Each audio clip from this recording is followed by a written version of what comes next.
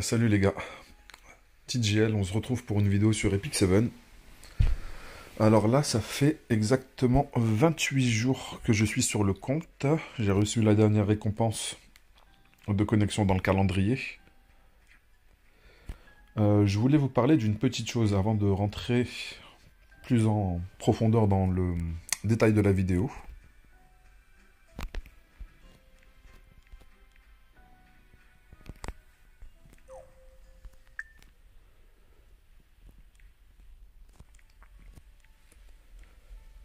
J'avais remarqué un élément ici.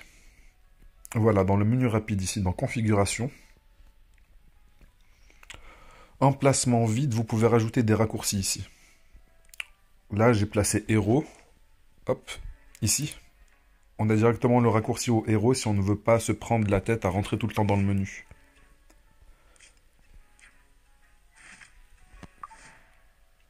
Vous pouvez placer le raccourci en bas comme c'était avant la mise à jour. Mais cette fois-ci, vous avez vu que la disposition elle est plus sur la droite. Avant, elle était plus sur la gauche. On va rajouter aussi d'autres raccourcis.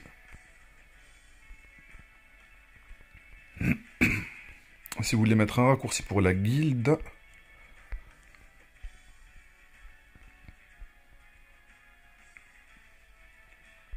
pour l'atelier d'acier, pourquoi pas.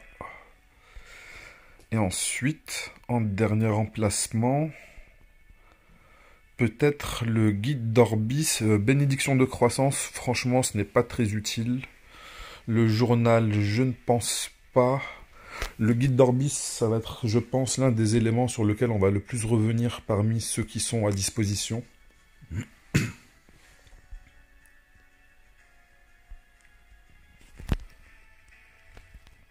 Et voilà ce que ça nous donne. Ça nous donne les héros ici. La guilde.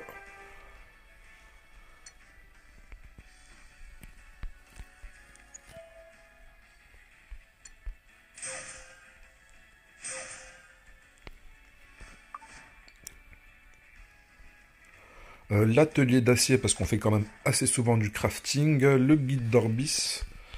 Je pense que parmi les autres éléments, je pense que c'est le plus pertinent. Mais après, chacun voit midi à sa porte. Vous personnalisez ça à votre manière, les gars. Mais vu qu'on était quand même pas mal dégoûtés, enfin de personnes dégoûtées à ne plus avoir ces raccourcis-là, en fait, ils ne les avaient pas retirés. C'est juste qu'ils les ont mis d'une autre manière. Alors, on va commencer par quelques invocations. Déjà, on a l'invocation de la journée gratuite.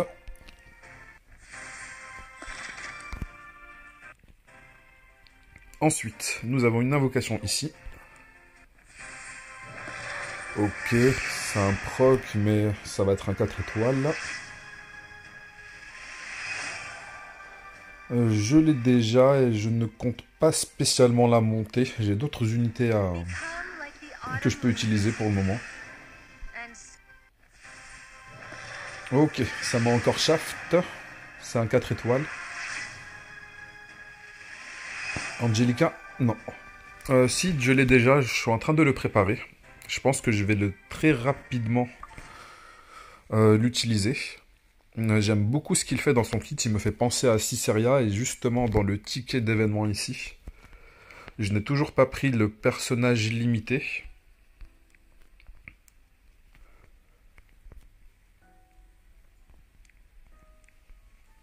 J'hésite entre Diane parce que je ne l'ai pas pull sur sa bannière. Je n'étais pas conscient qu'elle avait eu un certain upgrade.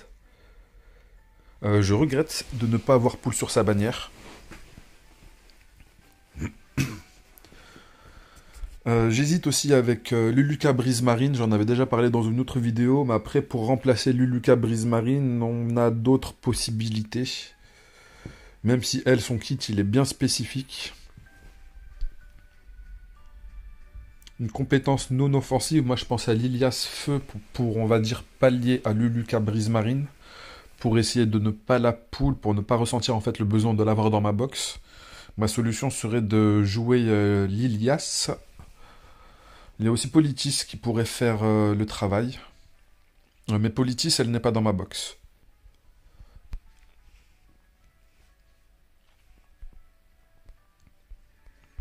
SSB, très bon personnage. Vous pouvez la sélectionner sans trop vous prendre la tête. Elle a eu une amélioration. Parce que de souvenir, elle ne dissipait pas les bonus.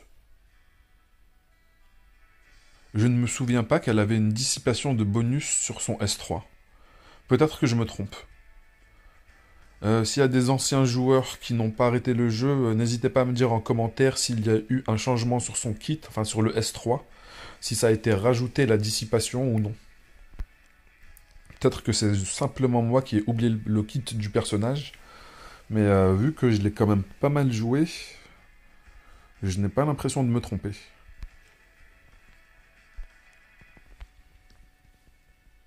Cerise, il va vous falloir un bon 7 vitesses hein, pour pouvoir l'utiliser.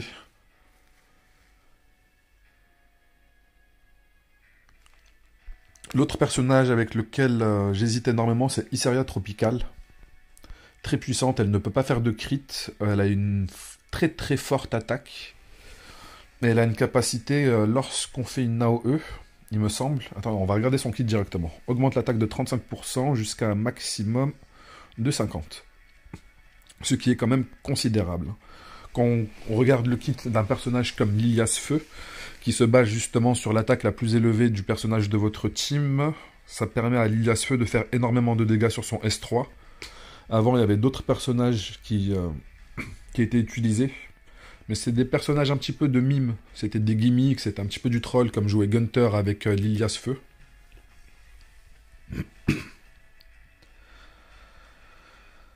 Après qu'un allié, sauf le lanceur, attaque une cible en ciblant tous les ennemis, utiliser maîtriser ne peut être utilisé qu'une fois tous les 3 tours. Maîtriser augmente l'ardeur au combat de tous les alliés de 15% et inflige une bombe à 2 ennemis aléatoires. On va regarder le site lumière, ce pourquoi justement j'hésite à prendre fortement Isseria Tropical. Hop. Où es-tu? Non, ce n'est pas un voleur, c'est un mage.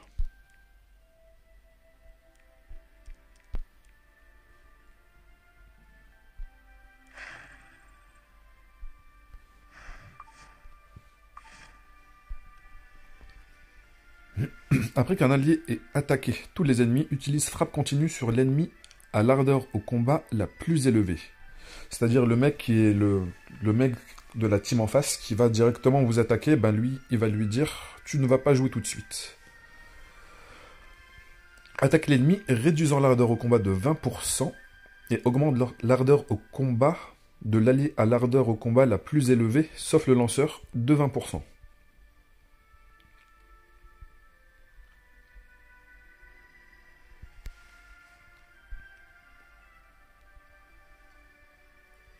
Ça nous fait 35, plus les 15% de Isseria Tropical. Si elle a une certaine speed, ça lui permettrait de jouer assez rapidement. Si elle a pas mal d'efficacité et que les stuns sont bien placés, que les mecs en face n'ont pas d'immunité, il y a possibilité de directement stun les personnes avec le S3 de Isseria. Et autour de Sid, ben, s'il reste des survivants, ben, il va les terminer.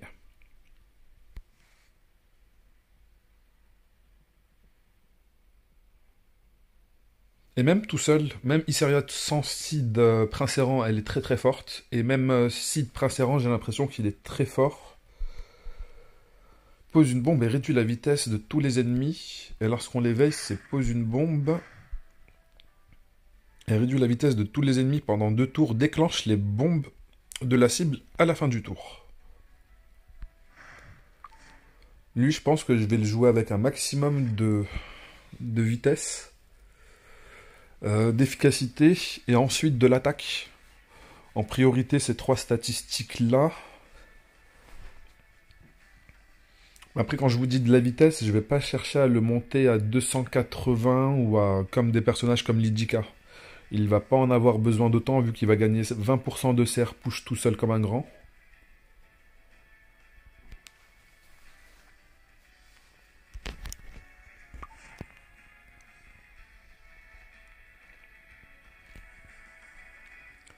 Alors, on a le ticket 5 étoiles de la 4e semaine.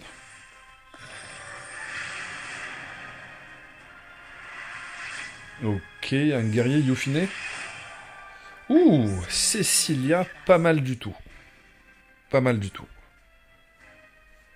Très content de l'avoir dans ma box. À voir si sa compétence de... parce qu'il y a des... De souvenirs, elle avait diminué dans la tier list, ce personnage-là. Elle était extrêmement forte.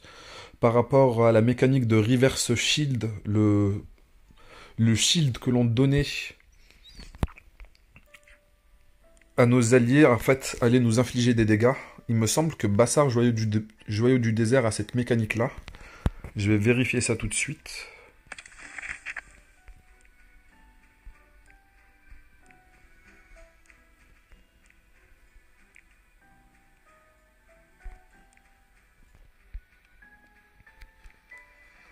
Voilà, inverse les barrières de tous les ennemis avec une tempête de sable et a 60% de chance de réduire les chances de coup réussi. L'inversion de barrière, c'est ce que vous avez en shield va vous infliger des dégâts.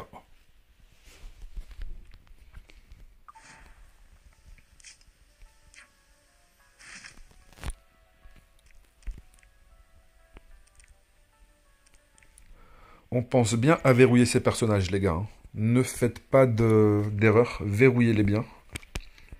Réduit de 50%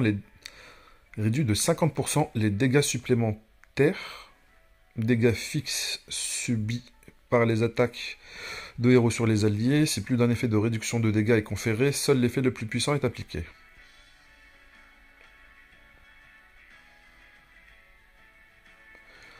Ça, il me semble que ça va réduire de 50% les dégâts fixes de Rinac.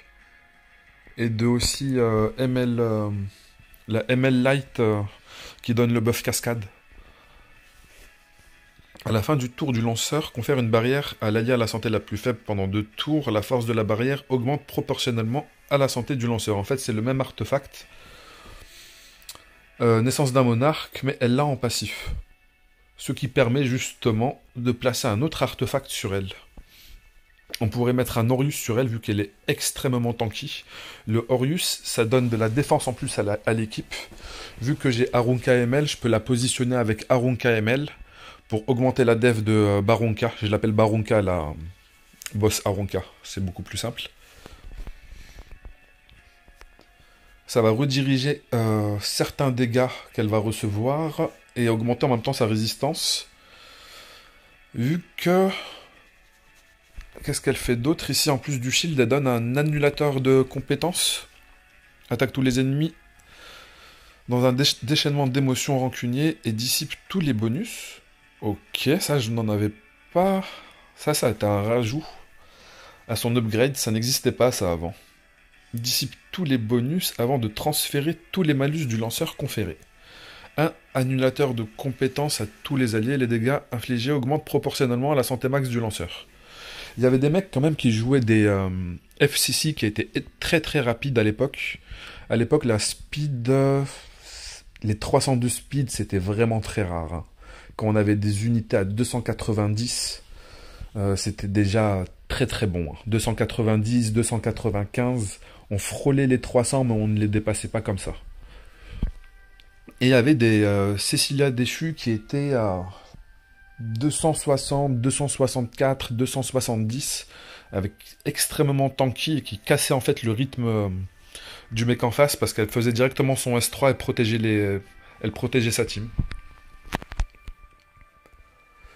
Là maintenant, à voir comment elle se joue. Et quand il a joué rapide, il a joué aussi avec énormément de dégâts de coups critiques, ce qui faisait qu'ils arrivaient à shooter des mecs en face. C'était incroyable. Il y a aussi une version counter avec elle, qui existe par rapport justement au taunt sur le S1. Avec aussi une version avec Elbris, ce qui fait qu'elle n'arrête pas de... Tout le temps elle fait proc des S1, tout le temps elle fait proc des provocations.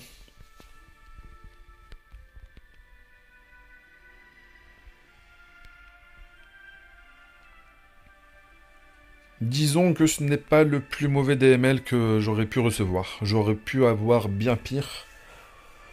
Disons que Dark Corvus, il est stylé le personnage, mais honnêtement, on va pas faire grand chose avec lui.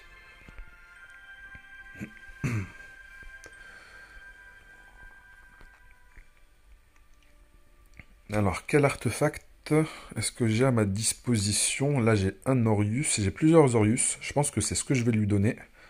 Je pense que pour race, je vais lui mettre juste un Orius basique avec un plus 15. Juste le monter à plus 15. Et celui-ci, je vais l'upgrade et le donner pour FCC. Celle-ci, je vais la mettre dans ma formation, je pense. Je vais essayer de la placer dans ma formation en GVJ. Et aussi, peut-être en arène normale. Je ne sais pas. Ça va dépendre aussi. Disons que FCC, elle va être protégée par Baronka et Baronka va être protégée par FCC. Mais après, on peut faire ça aussi avec d'autres tanks, mais FCC est très puissante. Elle transfère les debuffs, ça c'est pas mal du tout. Mais après, pour qu'elle transfère des debuffs, il faut peut-être pas lui mettre tant de résistance que ça. Vu qu'elle est protégée par Baronka, est-ce qu'elle aura vraiment besoin d'avoir tant de résistance que ça?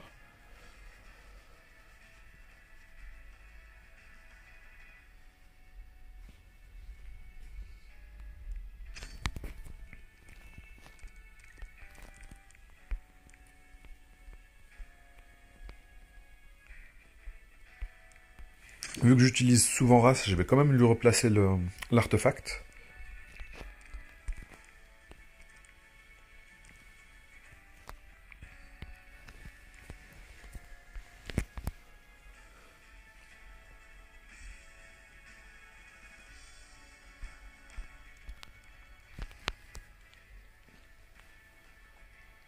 Je pense que je devrais avoir des éléments à lui mettre à disposition.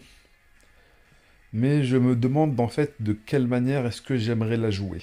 Est-ce que j'aimerais la jouer en 7 counter pour casser la tête au mec en face? Ou est-ce que j'aimerais essayer de maximiser on va dire sa force de soutien envers Arunka?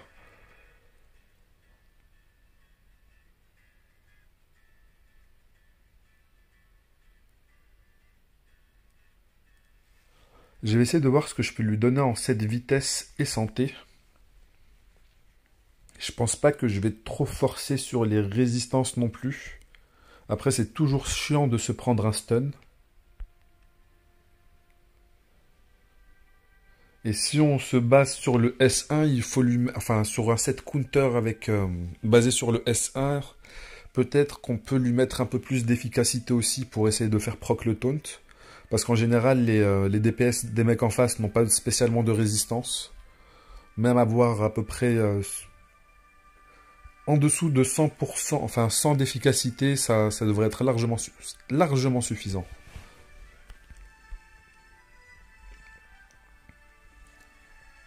Ça, c'était le genre d'équipement qui était recherché sur justement les Cecilia Speed avec du crit.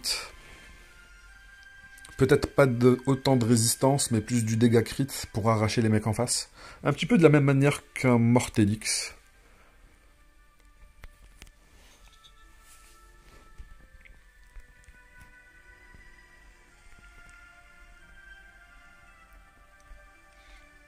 C'est vrai qu'on a récupéré un set santé qui est monté gratuitement avec des stats qui sont quand même pas dégueulasses. C'est vrai que le rôle, un petit peu trop de rôle en efficacité.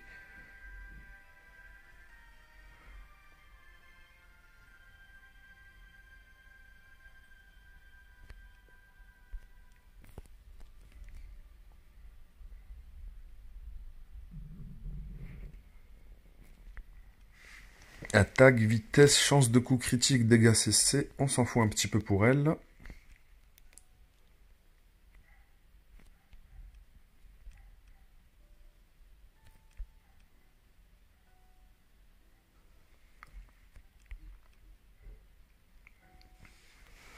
Défense, santé, résistance, vitesse, les stats ont de bons...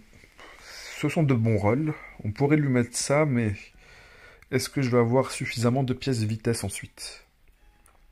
Est-ce que je le reste en vitesse? Le jeu nous a donné quand même pas mal de cette vitesse avec des substats agressifs pour jouer nos DPS. Mais ils nous ont pas donné énormément de cette vitesse avec des stats qui sont plutôt tanky.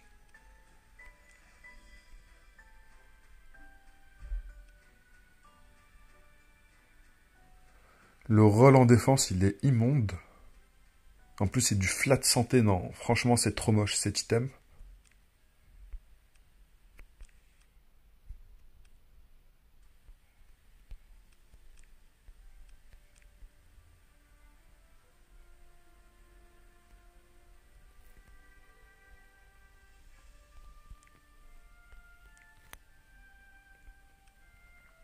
Celui-là est parfait. Enfin, parfait. Est-ce qu'on veut qu'elle ait du critique ou pas, en fait?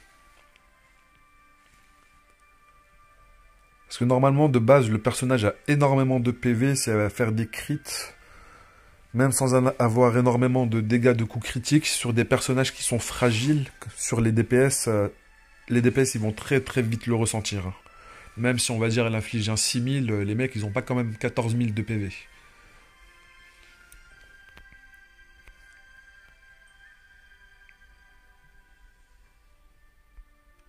Défense, défense, vitesse.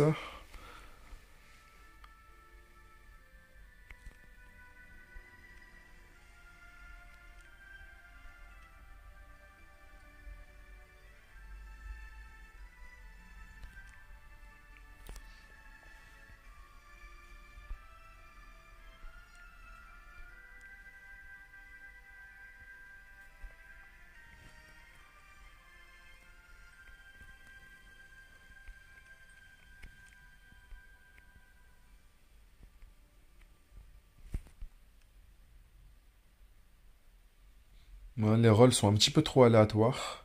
Il y a un petit peu trop de flat stats en plus. Flat santé, ce n'est vraiment pas ouf pour elle.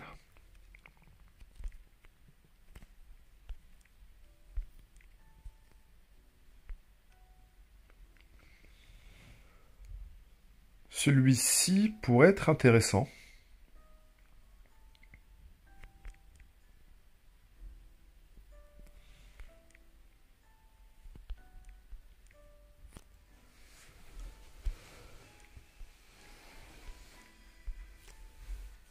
Je vais quand même essayer de lui donner des bots main stat vitesse.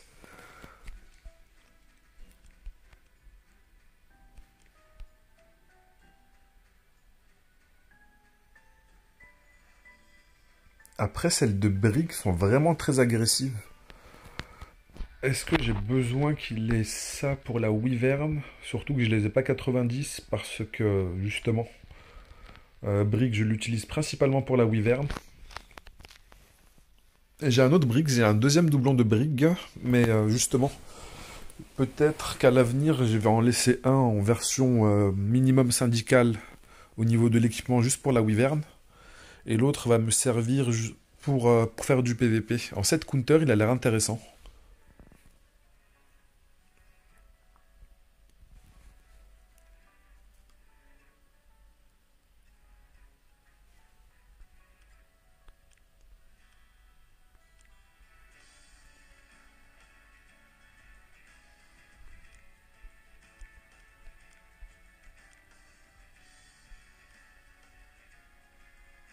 Ah, elles sont vraiment immondes, hein. Je crois que j'ai... C'est parce que vraiment je n'ai aucune autre option, hein. 5 de R. Oh mon dieu. Bon, 21% de défense, c'est pas dégueulasse. Peut-être qu'elles iraient mieux sur un autre personnage, comme justement lui. Alors, 33% de défense. Ouais, c'est compliqué. D'ailleurs, l'item, il y a une chose que je n'ai pas compris. Sur les items de l'ogre, là.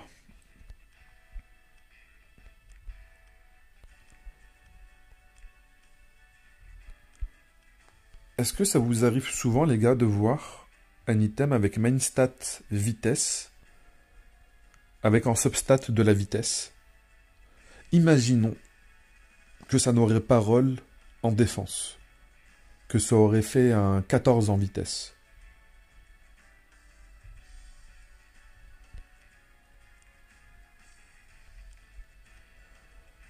14 en vitesse. Je crois que les bottes d'ogre, en fait, elles sont... si on peut avoir de la vitesse dessus, sur de la main stat vitesse, les gars, regardez bien. Imaginons qu'on a un 14 de vitesse, les bottes vont nous donner 54. 54. C'est 9 de speed en plus qu'on peut avoir au maximum sur des bottes. C'est-à-dire que n'importe quel personnage que vous avez, on va dire, vous avez un personnage à 309. Vous lui changez ses bottes parce que vous avez roll des bottes même stat vitesse au niveau de l'ogre, et vous avez une substat vitesse en plus. Vous lui appliquez, et vous avez juste de la vitesse gratuitement. Ou est-ce que c'est moi, les gars, j'ai craqué et qu'en fait, non, il y a beaucoup d'autres bots avec des sub-vitesses, mais c'est extrêmement intriguant, les gars. Ça m'intrigue énormément, ça. D'ailleurs, je vais couper ce passage... Enfin, pas couper. Je vais refaire une vidéo juste pour reparler de ça, en fait.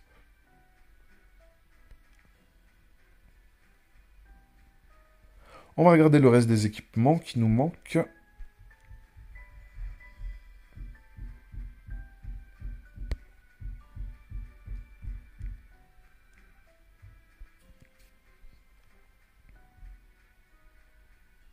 Ah mais c'est dingue en fait. Plus j'y repense, plus je me dis c'est une dinguerie.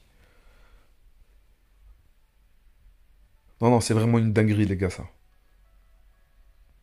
C'est vraiment une dinguerie.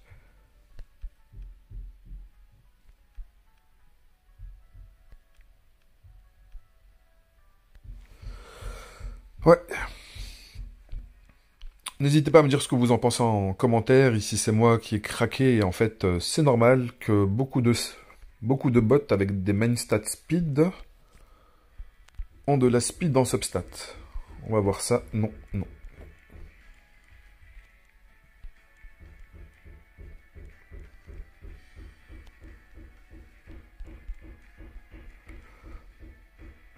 Mis à part celle-ci. Mis à part celle-ci. Incroyable. Non, ça n'existe pas, les gars. Ça n'existe pas, mis à part dans ces foutus bots d'ogre. Où on peut roll de la vitesse en substat sur des bots main stat vitesse. Ok, ok, ok, ok.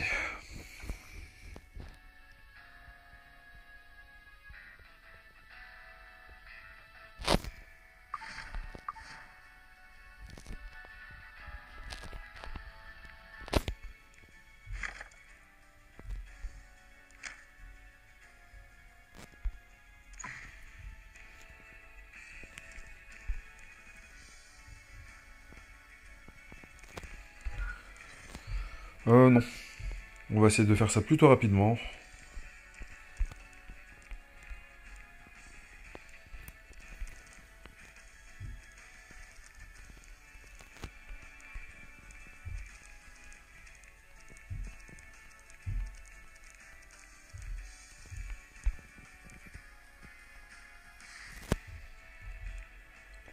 J'ai pas envie d'utiliser mes combats instantanés sur cette map-là. Désolé, vous allez le subir avec moi, mais vu que les combats sont assez courts. It's nothing personal. Just business. Your pitiful resistance ends here.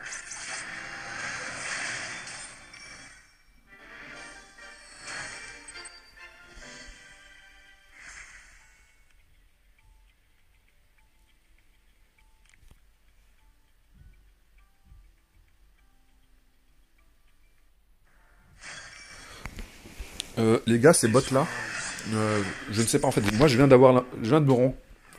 Si vraiment ces bots peuvent avoir des main stats vitesse et substat vitesse, ça va être l'item ultime que tout le monde va chercher à monter. Hein. Avoir des bots à plus de 45 de speed, ça va être la quête de tout le monde. D'ailleurs, s'il y a des whales qui hunt la speed, je crois qu'on peut acheter pas mal de combats en plus dans l'ogre de la fierté. N'hésitez pas à le faire. Si vous cherchez à faire des concours de speed, ces bots-là vont être... je pense vraiment que ça va être game changer, les gars. You know you said it, right? Après, honnêtement, je ne regarde pas spécialement de contenu sur YouTube. Peut-être que c'est quelque chose qui existe depuis très longtemps. Beaucoup de personnes en ont déjà parlé. C'est peut-être simplement moi qui viens de me réveiller.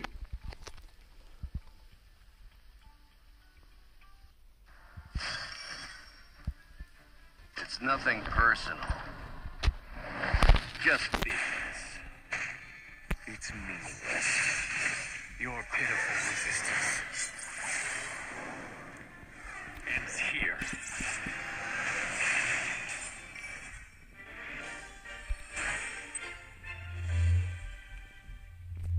Donc, par contre, on va laisser farmer en fond tranquillement. What do I sell? Come back soon.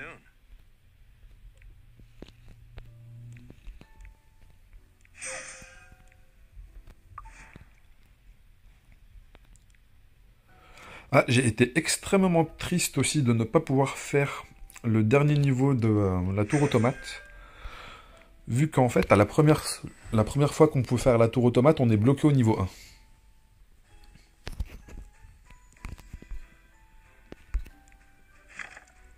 On n'a pas le choix, on est obligé de faire le niveau 1. Ensuite, on peut sauter directement au niveau 3. On n'est pas obligé de faire le niveau 2. Par contre, on ne peut pas sauter au niveau 5 directement. On est obligé de faire le niveau 4. Et moi, j'aurais bien voulu, justement, sauter à l'étape numéro 5 par rapport au chemin de l'héritier. Terminer l'étage 25 du niveau 5 de la tour automate. C'est le dernier élément qui me reste à faire, on va dire, dans le chemin de l'héritier. On va dire après que j'aurai terminé globalement toutes les récompenses, mais pas toutes les récompenses. Il me reste quand même les 10 derniers étages de la tour de l'abysse. Je m'y suis pas spécialement penché depuis que j'avais complété le 110. Et vu qu'il y a des leafs, j'en ai bien besoin. Il m'en reste pas énormément, 11. En général, là maintenant, j'utilise juste la stamina qu'on me donne de manière daily. Et j'économise mes ressources.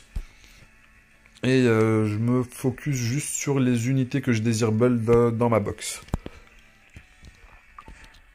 Principalement pour la RTA avec les amis sur le Discord de la guilde. D'ailleurs, dans la guilde, nous avons fait une sacrée migration dans la guilde principale qui date d'il y a très longtemps. La gacha V2 existe toujours. Là maintenant, nous sommes sur la gacha guild ici. La gacha V2 est plus actif en termes d'effectifs, mais c'est, on va dire, un roster qui sont vraiment débutants. Ce ne sont pas spécialement des personnes qui sont revenues sur le jeu, c'est vraiment des gens qui découvrent le jeu. Du coup, on les laisse, on va dire, tranquilles, avancer un petit peu à leur rythme. On va pas leur demander non plus de forcer comme d'autres ont forcé le jeu.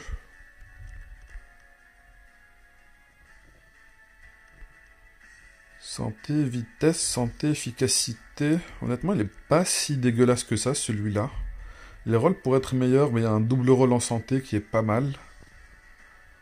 Vitesse et fi, c'est pas dégueulasse non plus. Ça pourrait dépanner sur des personnages comme, on va dire, si j'ai pas mal de vitesse dessus. Ça pourrait dépanner sur des openers dont je n'ai pas spécialement besoin d'avoir énormément de speed, comme Alots. Alots, j'ai pas spécialement envie qu'il outspeed d'autres openers, mais si j'ai des bons rôles ici, ça me permettrait de lui donner de l'équipement, on va dire, minimum syndical. Juste pour qu'il fasse son travail, et j'aime beaucoup justement la santé et l'efficacité sur le set santé, en combinaison avec un set vitesse, pour qu'il ne se fasse pas shooter en un seul coup.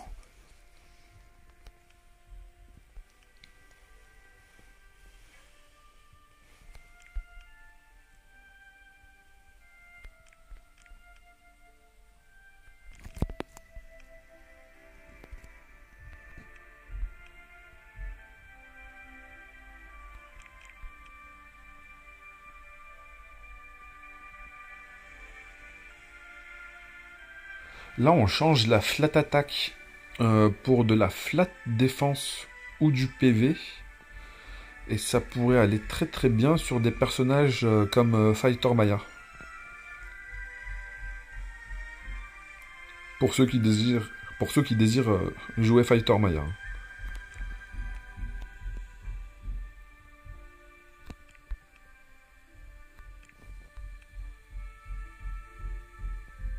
Pas dégueulasse aussi celui-là. Je vais les garder de côté. Celui-là, non. Il n'y a même pas de vitesse dessus. Mais ceux-là, vu qu'il y a du défense pourcentage et que j'en ai pas énormément, je vais quand même les garder de côté. Ça pourrait me servir pour dépanner.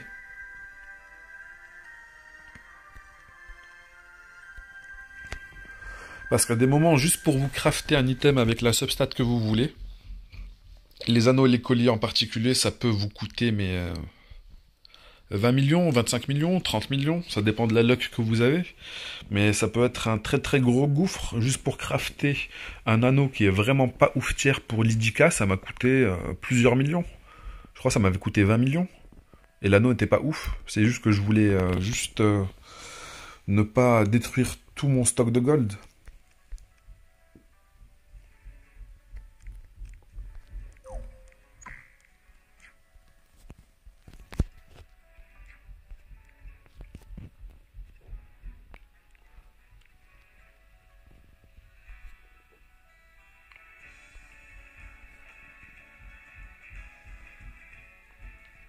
Alors cette semaine-là, c'est vraiment pas mal pour monter les compétences des personnages. Mais ils ont fait une bonne harmonie au niveau des 4 semaines pour...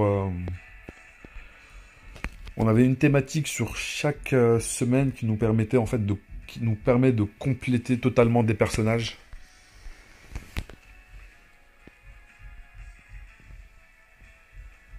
Alors, est-ce qu'on prend Ciceria ou est-ce qu'on va se satisfaire de ML Seed?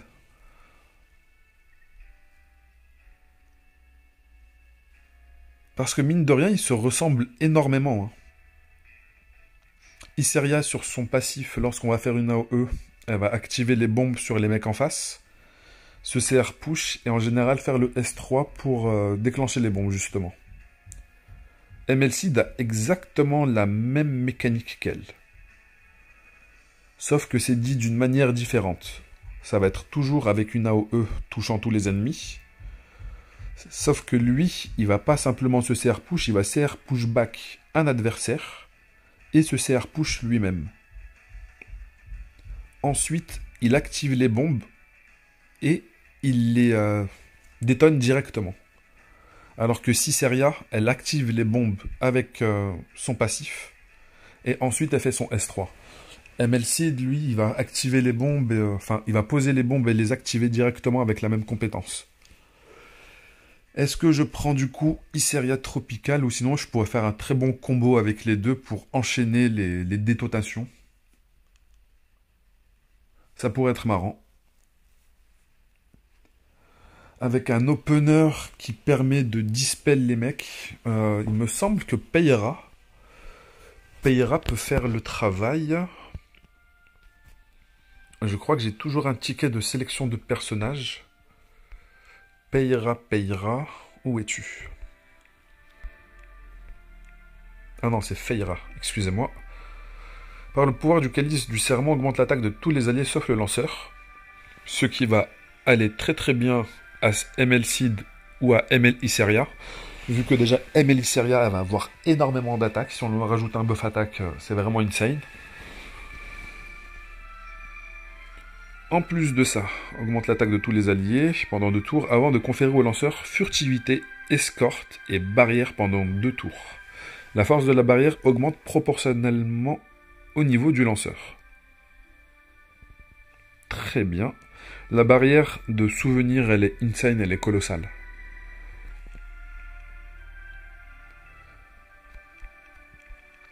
Attaque tous les ennemis avec un esprit protecteur réduisant la durée des bonus de 1 tour. C'est-à-dire que la personne qui a l'immunité, elle va lui faire sauter.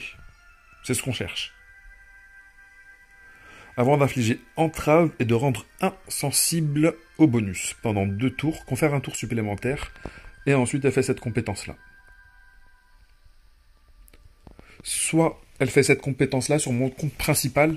Je fais, avec Feyra, je fais le S2 et je fais le S1. Je lui ai mis un nano chance de coup critique avec beaucoup de vitesse. Elle n'est pas là pour tanker, elle est là pour faire S2 et S1 parce que je joue avec Commander Pavel qui va directement faire sa compétence passif.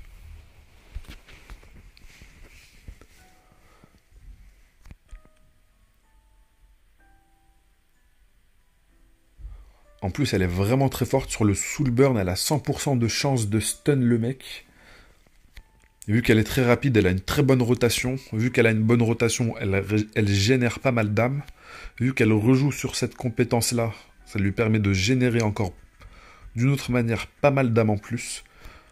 En général, on peut soul burn très facilement son S1. Après, il me semble que elle, son problème, c'était sa speed de base. Assassin vierge, est-ce que j'ai ça dans ma box en 5 étoiles?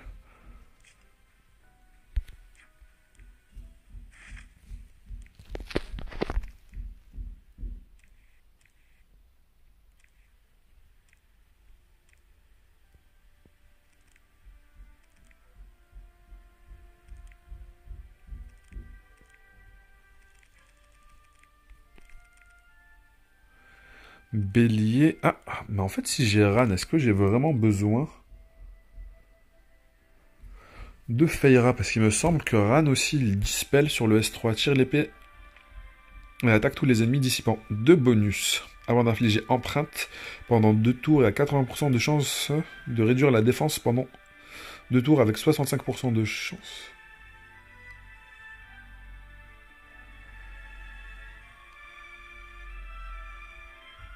Ok, empreinte pendant 2 tours avec 80% de chance et de réduire la défense pendant 2 tours avec 65%. Maximiser, ça va nous donner combien? Du 80? 85? Ce qui est quand même pas mal du tout. Un tour supplémentaire, confère l'immunité à tous les alliés pendant 2 tours et augmente l'attaque. On va dire que ça pourrait être une bonne alternative à Feyra, ce qui me permettrait de prendre un autre personnage justement dans le Selector. C'est plutôt Ran que je vais jouer. J'avais carrément zappé que je l'avais récupéré dans ma box. Il est vraiment très puissant comme personnage. D'ailleurs, Nanaki l'utilise et il fait un bon travail avec. Après, je pense qu'il a mis plus de speed sur sa Lydique à feu que sur son Ran. La différence de mécanique qu'il y a particulièrement avec Ran et Feyra, c'est que Ran il va utiliser une compétence non offensive. Ça peut lui être préjudiciable. Après, il me semble qu'il active une annulation de compétences. C'est avec le S3 qu'il active l'annulation de compétences.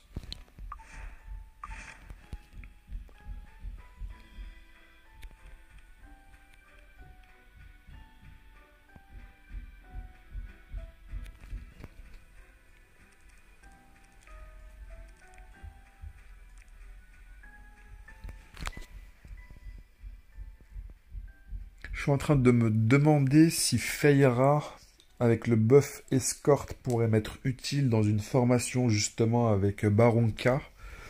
Mais je ne pense pas, vu que j'étais déjà en train de préparer un autre Pokémon avec pour le buff escorte, qui s'appelle Arroel.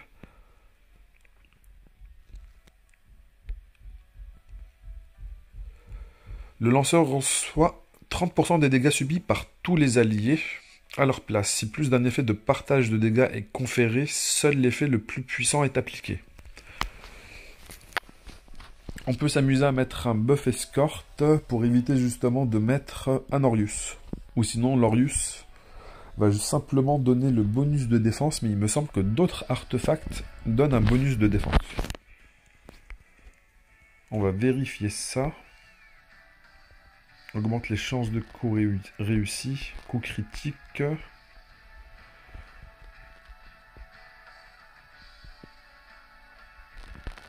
Alors celui-ci, il est bien spécifique à Shena parce que c'est des dégâts qui sont basés sur l'attaque.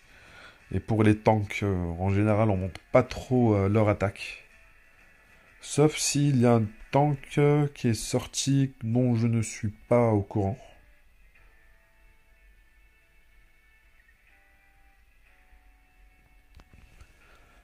« 20% de dégâts des AOE en moins. Ça pourrait être vraiment intéressant, surtout parce qu'avec Arunka, on va essayer de forcer le mec en face à faire des dégâts en AOE. Et retire 5 âmes à l'ennemi, ça c'est vraiment une bonne punition ça. Je pense que je pourrais sortir ça pour la RTA, ça pourrait être vraiment pas mal. Arunka avec un autre tank qui puisse porter la couronne de la gloire. 20% au maximum. Hein. Alors augmente la défense de tous les alliés de 10%. Ça c'est vraiment magnifique. Si on rajoute une bonne imprint en défense, en libération, c'est vraiment top tier pour des personnages qui, comme Arunka, enfin Barunka, comment elle s'appelle? Celle de la collaboration Aespa, celle qui joue avec le Rocket Punch. Et aussi bien sûr celui qu'on a eu très récemment, le Crowfeu. Ça, ce sont des artefacts qui vont booster tous vos personnages qui scalent sur la def. 10% de manière gratuite. Vous rajoutez une imprint qui donne de la défense aussi en pourcentage. C'est magnifique.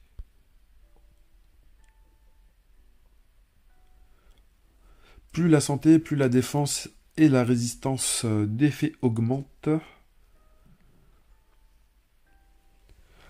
Pour une Barunka qui ne serait pas en 7 counter, une Barunka qui soit vraiment beaucoup plus tanky, je pense que ça pourrait être beaucoup plus intéressant que le Moas ou le Rocket Punch.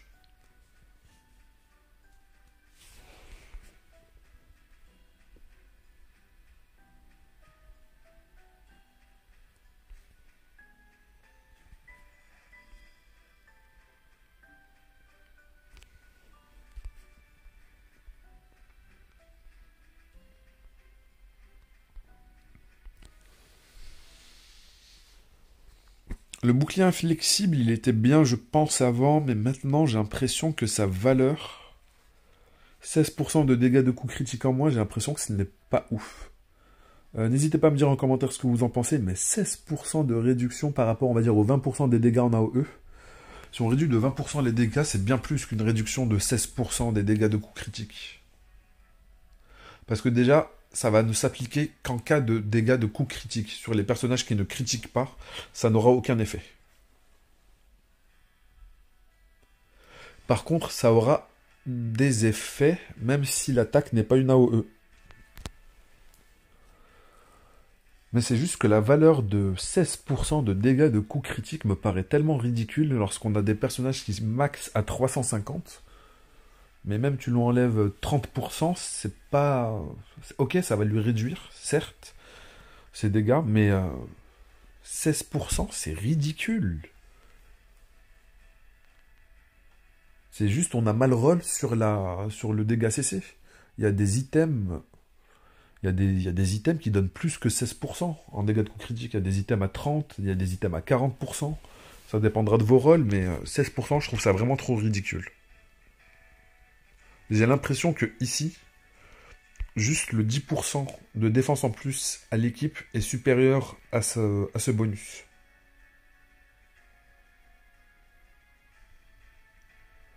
Sauf si on rajoute ça pour compléter au kit à d'autres personnages comme Carmine. Parce qu'il me semble que Carmine a déjà une très bonne réduction de base.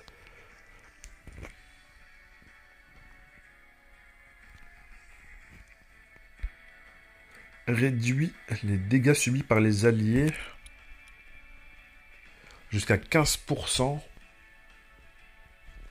Si on rajoute le bouclier inflexible qui va réduire les dégâts des coups critiques subis par les alliés, ça fait que déjà, on va réduire de 15% les dégâts, quels que soient les dégâts, que ce soit des critiques ou non critiques. Et en plus de ça, on va réduire, si c'est un critique, on rajoute 16% de réduction en plus.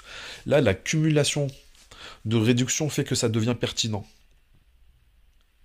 Mais sans cette cumulation-là, franchement, le bouclier sur un autre tank que lui, peut-être Eton, si ça vous amuse de le monter, subit 30% des dégâts d'un allié à sa place.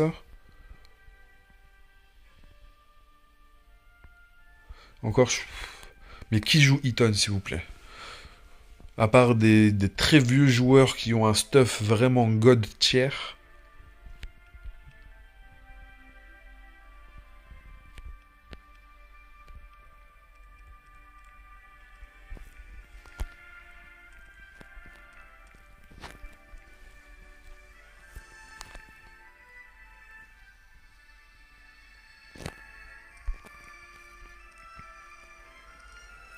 Cécile a déçu, je pense que je vais être obligé de la jouer vu comment pullule le nombre de Rinac dans le jeu. Full HP, ça réduit ici les dégâts fixes. C'est pas mal du tout.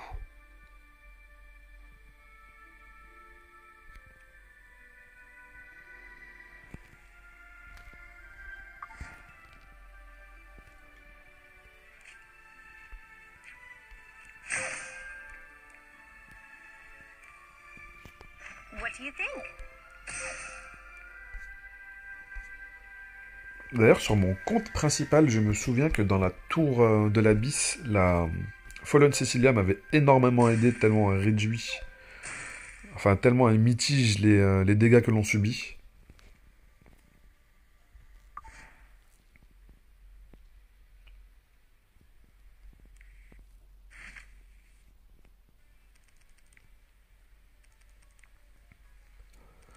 Là, je suis en train d'avancer dans le labyrinthe. Il y a un très bon set unité que je vais donner au Shuri.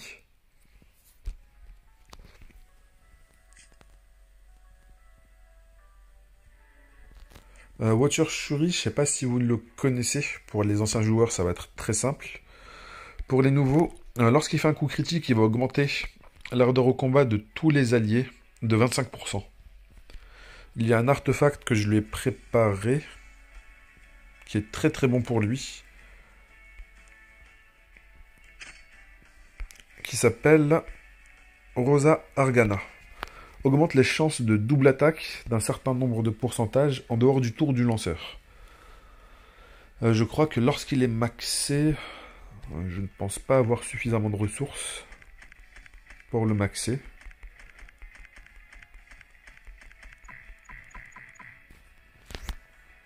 On va dire que c'est 15%. 15% de chance de double attaque. Vous voyez que le personnage a 3% de base de faire des doubles attaques.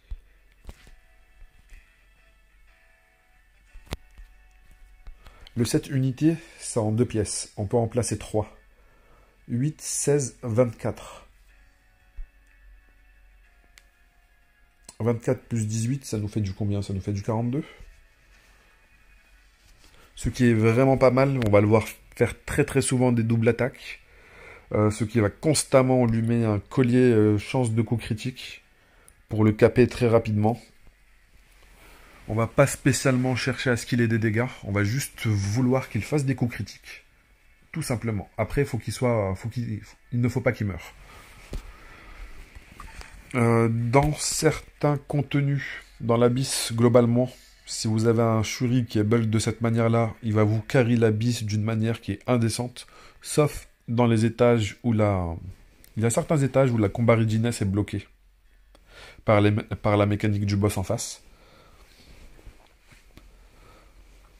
Mais juste le CR push, ça va être un moyen de...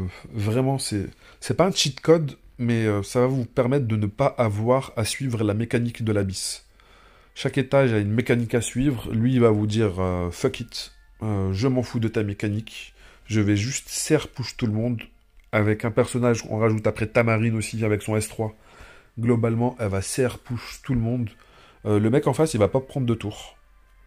Il va pas prendre de tour. Et il existe des boss qui sont sensibles au CR pushback. Ça, je l'avais remarqué énormément avec le S3 de Lorina sur mon compte principal. Vu que vous augmentez la CR de votre équipe et que vous pouvez aussi réduire la CR de l'adversaire, on peut faire de très très belles choses et des combats qui sont extrêmement rapides et extrêmement simples, alors que la mécanique, normalement, elle vous empêche vraiment de jouer. D'ailleurs, je sais pas si vous vous souvenez, mais il y a un étage en particulier avec Pavel qui a un chien avec lui qui se transforme en rouside.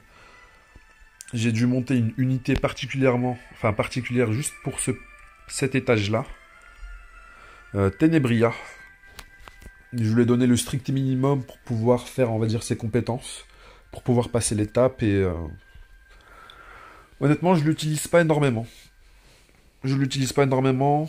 Je devrais peut-être, parce que c'est vrai qu'elle est quand même très forte. C'est vrai qu'elle n'a pas le... Je pense qu'avec l'équipement exclusif, on peut faire passer à 100% les chances de stun sur le S3.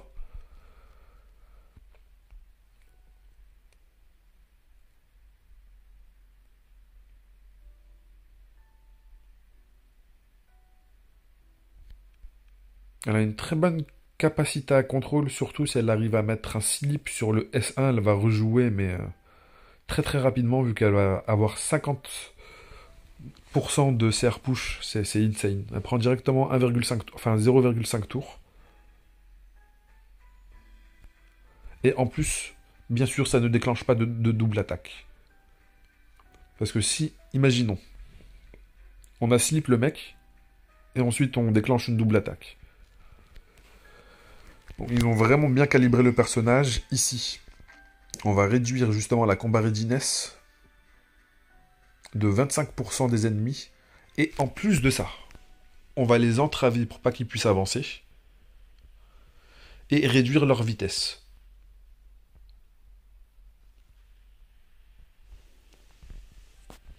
Déjà, ils vont pas jouer tout de suite. Ils vont jouer moins rapidement. Non, elle est vraiment très forte. Je pense avec pas mal d'efficacité et pas mal de vitesse, dans pas mal de formations en JVG, elle pourrait régler pas mal de problèmes. Mais je pense qu'il y a des personnages qui sont vraiment cancéreux. Des personnages comme Arceti qui ne te laissent vraiment pas le choix de jouer avant elle. Des personnages aussi comme ML Rowena, qui font que des personnages comme Ténébria, justement, n'ont peut-être pas tant de value. Et ce qui fait que des personnages comme Melissa, comme... comment il s'appelle? Genoa aussi, avec son immortalité, font qu'ils vont avoir un peu plus de potentiel. Surtout que Genoa, contrairement à Kéron, lui, lorsqu'il se prend sa première mort avant de bénéficier de l'immortalité, bah en fait, il a le buff immortalité. Genoa, lui, il se sert push. Et il se cleanse, il me semble. C'est pour ça que j'ai envie de le jouer. En cas de dégâts mortels subis, confère l'immortalité pendant un tour. L'immortalité ne peut être activée qu'une fois pendant le combat. Après une attaque subie, si la santé est inférieure ou égale à 50%, utilise plan A. Ne peut être activé qu'une fois tous les 5 tours. Dissipe tous les malus. Le lanceur devient enragé, ce qui va augmenter son attaque de 20%, sa vitesse de 20%, et augmenter l'ardeur au combat de 50%. Et lorsqu'il est enragé, il a une compétence en plus sur le S1, qui va faire qu'il va activer morsure à vif aussi. Infiltre l'ennemi attaque l'ennemi avec une épée, infiltre la défense de la cible. Ce n'est pas spécifié, ça veut dire que j'ai l'impression que ça l'infiltre complètement. Sinon, normalement, c'est spécifié d'un certain nombre de pourcentages. Lors d'un coup critique, inflige à tous les ennemis, sauf à la cible, des dégâts supplémentaires proportionnels à l'attaque du lanceur. Les dégâts supplémentaires qui sont réduits par le passif de Fallen Cecilia.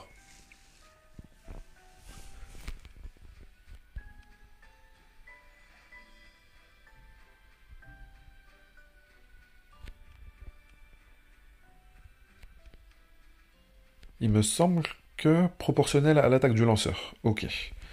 Lui, il ne bénéficie pas d'avantage par rapport à la vitesse. C'est dommage. Après, il a déjà un très bon kit. Infiltre la défense du mec à 100%, je crois.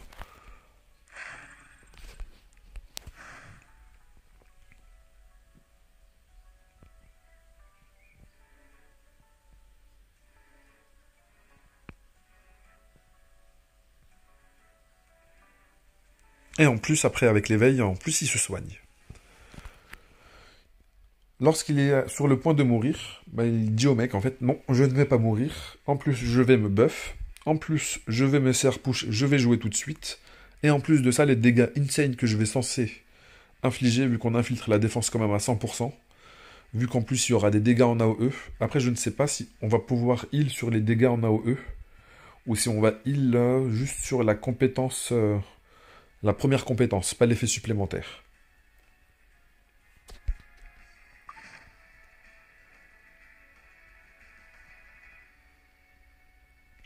Il a l'équipement normalement nécessaire, vu qu'on a pas mal d'équipements vitesse. Il a quand même pas mal d'AOE, je ne sais pas. Il n'a pas besoin de cette infiltration. Non, il n'a pas besoin de cette infiltration. Peut-être un set immunité pour éviter le unbuffable. Enfin, le... Comment ça s'appelle?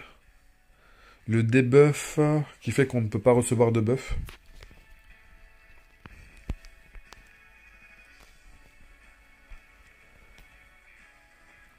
Peut-être un set tumulte, mais le set tumulte, je n'en ai pas vraiment à disposition.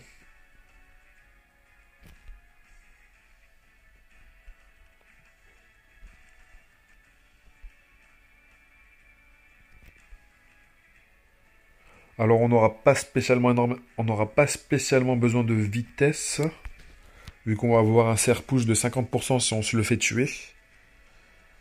Mais si non plus nous n'avons pas suffisamment de vitesse, on va pas prendre le tour.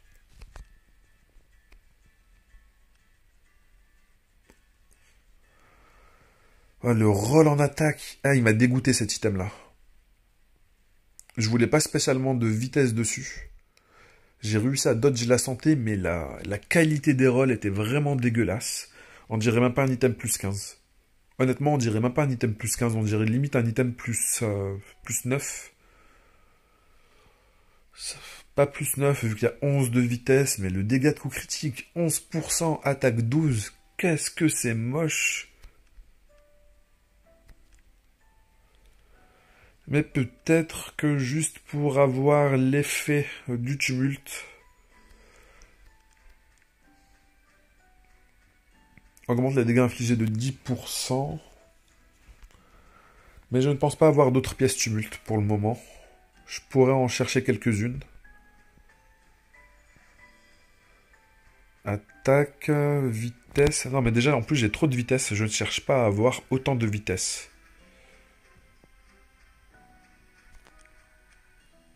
Attaque 9%, enfin 9 de vitesse.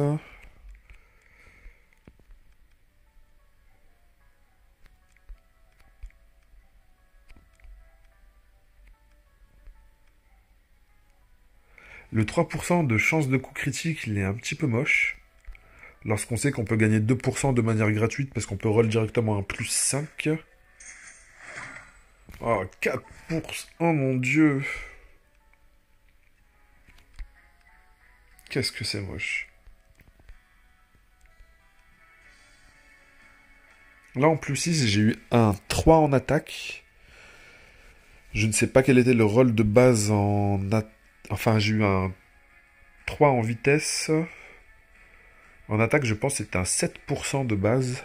Du coup, j'ai eu 6. Je pense que je pourrais peut-être, s'il roll bien, je pourrais lui donner un autre casque. Ah, 6%, ce n'est pas ouf. Le 8%, franchement, c'est pas mal du tout. Le 8%, franchement, c'est magnifique. 2 de vitesse, non, franchement, je suis pas spécialement fan.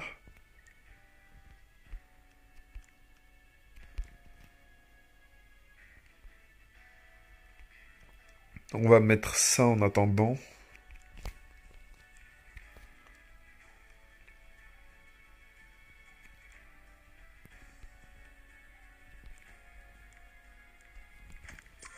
Elle est du dégât critique. 2 de vitesse. Immonde. Immonde, immonde.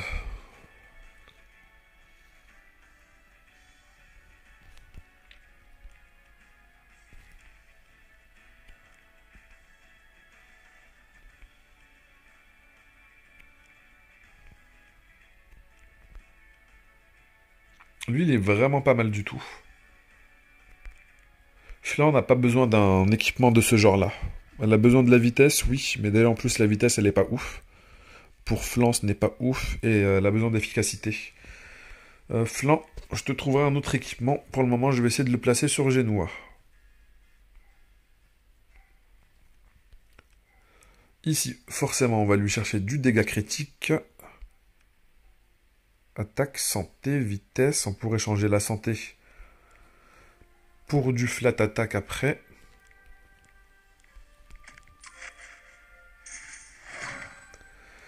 « 4%, ok. Santé, on s'en fout un petit peu. On n'a vraiment pas besoin. Oh mon dieu. Ça commence déjà à me faire mal à la tête. Là, on a eu quoi comme rôle? Un en attaque. Un en vitesse.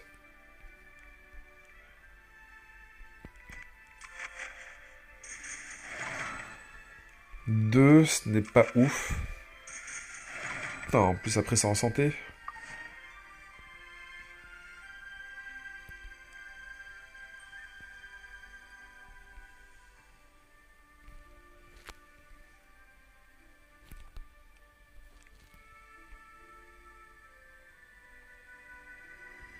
Ouais, il me faudra en plus un item avec pas mal de crit.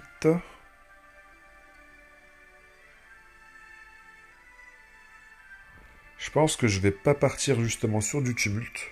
Je pense qu'on va partir sur quelque chose de beaucoup plus accessible pour moi. Parce que là, je suis en train de faire n'importe quoi là, à vouloir partir sur du tumulte alors que je n'ai même pas suffisamment d'équipement. Attaque, le santé on peut le changer, il n'y a pas suffisamment de crit.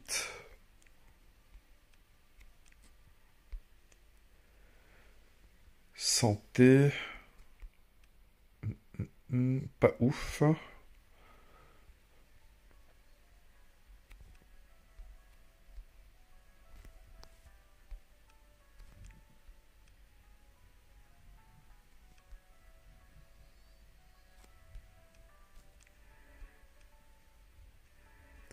Et vraiment immonde. Hein.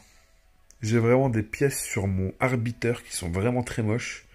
Santé, défense. Regardez ici son anneau. Il est où? 30% de def. Incroyable. Bref, on n'est pas sur arbiteur.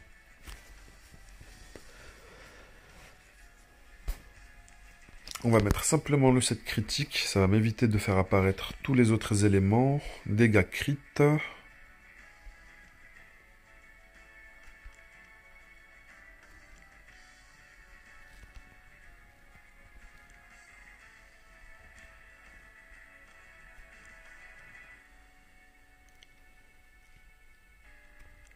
Je n'ai vraiment pas besoin de la défense.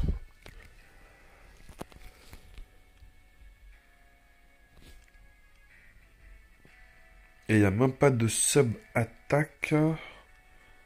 Peut-être que je vais juste... Vu que Adin, pour le moment, je l'avais placé ça juste comme ça. Je pense que je vais plutôt récupérer... Lui placer ça, ça va très bien faire le travail, ça. 14% de chance de coup critique, c'est pas mal du tout.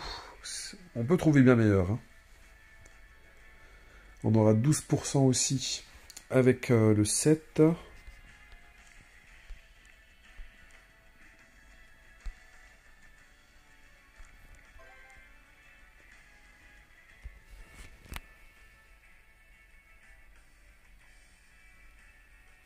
Vraiment pas ouf cette spell. Vitesse, santé, attaque, chance de coup critique. Les rolls ils sont un petit peu bas. Surtout pour l'attaque. Là c'est pas mal du tout. Enfin non. Ce n'est pas mal du tout. Celui-ci j'ai l'impression qu'il est meilleur. On va faire quelques tries sur celui-là d'abord. Chance de coup critique 3%, ok. Ce n'est pas ce qu'on cherche. Attaque 7%. Dégâts CC 7%. Ok. Encore un autre 7%. C'est pas le meilleur je crois que c'est 8 ou 9, mais le 9 est extrêmement rare. Et ensuite, on a eu encore un rôle en attaque. Ok. On va se satisfaire de ça. Faut que j'essaie de trouver 29% de taux de crit. Enfin, un peu moins, parce que les items, je peux les mettre 90. Je peux les mettre 90, là je vais gagner un autre pourcent. Du coup ça va être plus 29 mais 28. Ici ça va nous mettre à 27%. 26, 25, 24. 22 sans compter l'éveil. Hein. Sans compter l'éveil. Je crois qu'on va commencer par l'éveil. J'aurais dû valider l'équipement.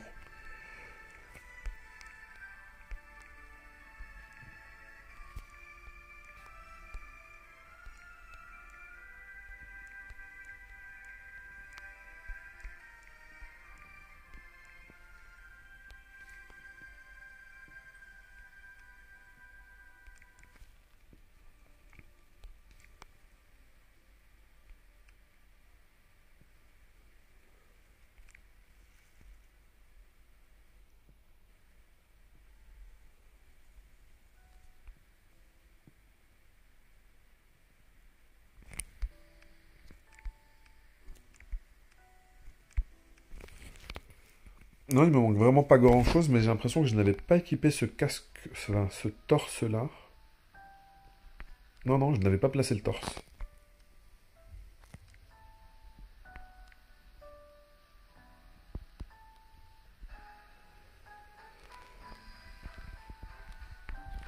Pour le moment, je vais juste mettre ça. Je vais éveiller le personnage.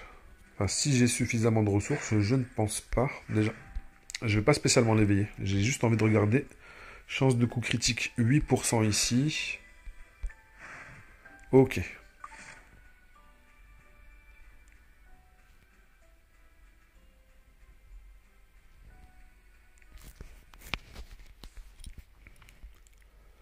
On a 8% avec l'imprint. Lui, je vais le monter 90. 23% quand même de dégâts de coup critique et d'attaque. 23 et 24, c'est pas négligeable. Chance de coup critique 10%.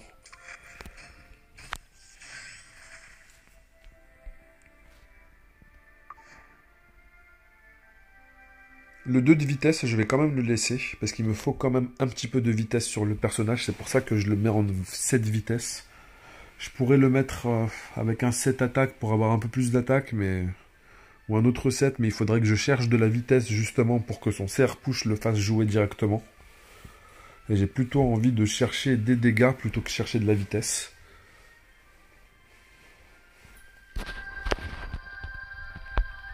Le casque, est-ce qu'on va le monter à 90 ?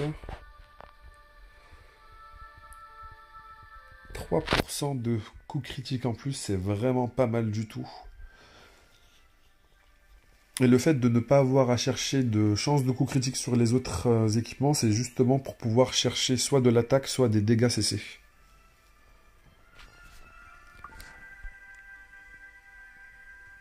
Sachant qu'on va avoir 8% en plus avec l'éveil, ça nous fait monter à 70. Plus... non, on a 70 pour le moment.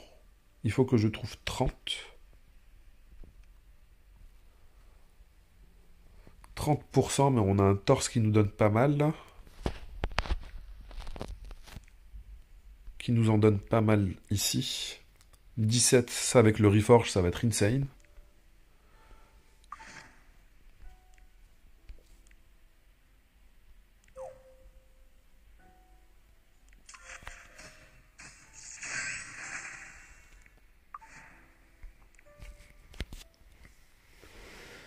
« 83 plus 8, nous sommes à 91.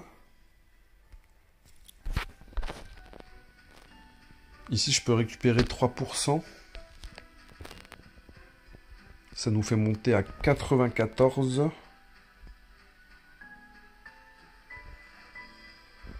Après, les rolls en dégâts CC. Après, peut-être que j'aurais besoin de la vitesse. J'aurais peut-être besoin de la vitesse. C'est ça qui fait que je n'ai pas spécialement envie de changer le casque. C'est juste que les autres rolls en attaque et en dégâts CC sont vraiment pas ouf. J'ai pas eu de roll en dégâts CC. Le roll en attaque était vraiment moche.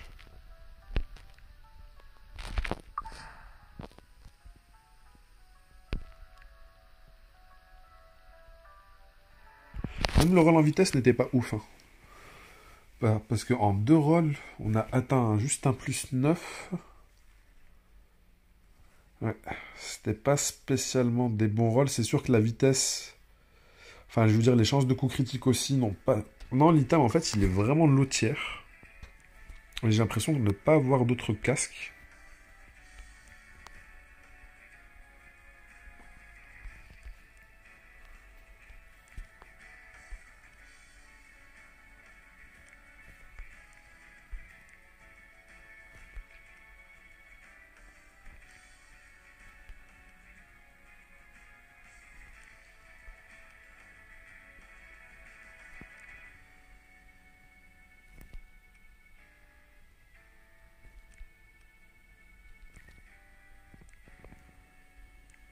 Là, je pourrais faire d'autres essais. C'est vrai que ça mal roll en attaque. Ah, 4% encore, mais sérieusement, ils me font que des low rolls là. C'est ouf. 6%.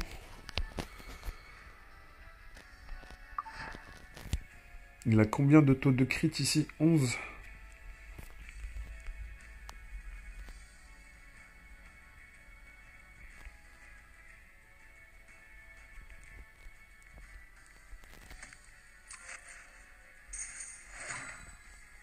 Ok, 7 c'est pas mal. 5%, ce n'est pas mal du tout, ça rattrape la catastrophe que c'était d'avoir 3% de base. 6% c'est moyen, 6%. Santé, on s'en fout un petit peu, on va la changer avec de la flat attack. Dernier roll, dégâts crit. Ok, ça va le faire.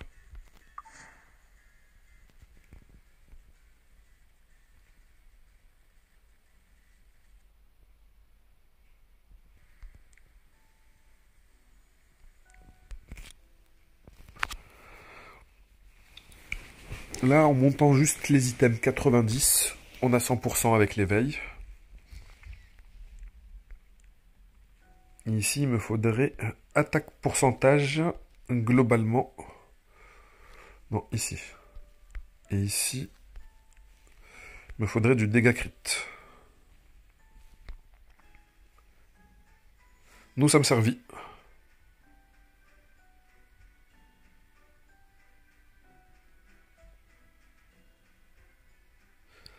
Nous sommes plus que servis. 213 de vitesse, c'est très très lent. C'est très très lent.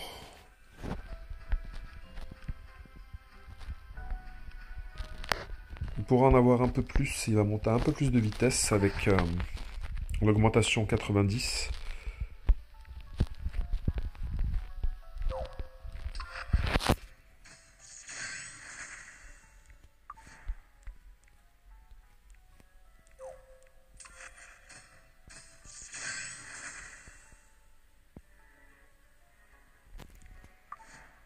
« 315%, ça pourrait être meilleur. L'attaque, elle va augmenter. Le personnage n'est pas éveillé, je ne lui ai pas mis d'artefact non plus. Quel genre d'artefact je pourrais lui mettre? Alors, j'ai son artefact. Qu'est-ce qu'il fait, son artefact? Augmente l'attaque de 15% après avoir utilisé une compétence non offensive, c'est-à-dire son passif. Confère une barrière équivalente à 35% de l'attaque pendant 2 tours. La barrière ne peut être activée qu'une fois tous les 3 tours. Ce qui est bien, c'est le 15% d'attaque. Après, on a aussi Instigateur de l'oubli. Je pense que ça pourrait être intéressant. Lors d'une attaque, augmente les dégâts infligés au maximum de 12%. Plus la santé diminue, plus les dégâts infligés augmentent jusqu'à 20 et quelques pourcents.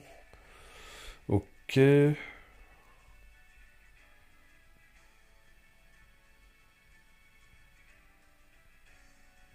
Ça pourrait être pas mal si on a de la vitesse sur notre génois.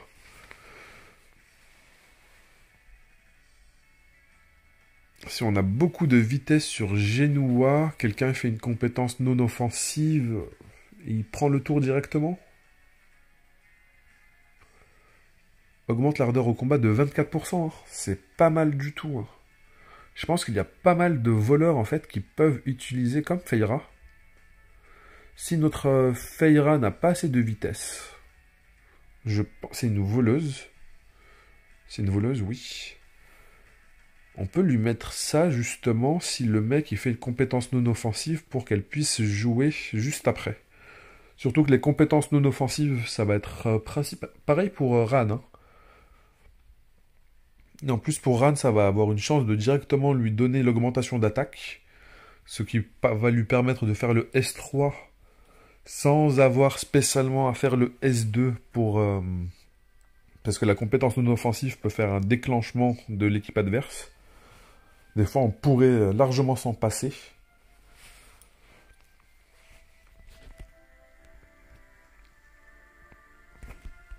Mais vu que je ne l'ai pas maxé, je ne bénéficie pas du maximum du bonus. Du coup, ça vaut pas le coup. Le 12%, c'est trop léger. Mais si on l'a plus 30, cet équipement est vraiment très très puissant. Augmente l'attaque de 10% jusqu'à un maximum de 20% lorsqu'un ennemi est vaincu. En attaquant, confère la furtivité pendant un tour et augmente l'attaque de 20% pendant un tour au début du tour suivant. Ça lui permettrait de se cacher s'il n'y a pas trop d'AO en face. Pour le moment, on va lui placer ça parce qu'il va déjà bénéficier de 15% d'attaque en plus. Nous sommes à combien? 2008 2830 2891. Ok. Pas ouf l'augmentation.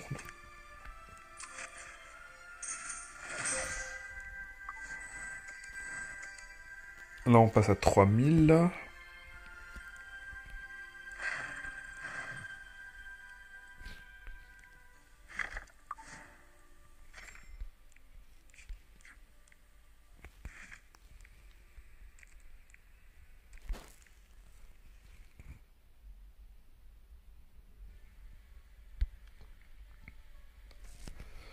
Plan A, 4 tours de recharge. Je me demande, je pense que c'est bien meilleur que les personnages. Avant, je crois que des personnages comme Kéron, eux, ils ont 9 ou 8 tours de recharge sur leur immortalité. Ou même pour que le reset de Vildred sur son passif de résurrection, je crois que c'est pareil, c'est 9 tours. Lui, il a 4 tours.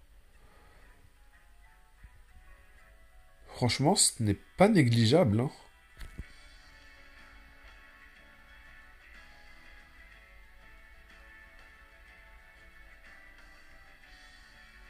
Effet de Bresdam confère une augmentation d'attaque supérieure. Ah mais ça c'est ouf.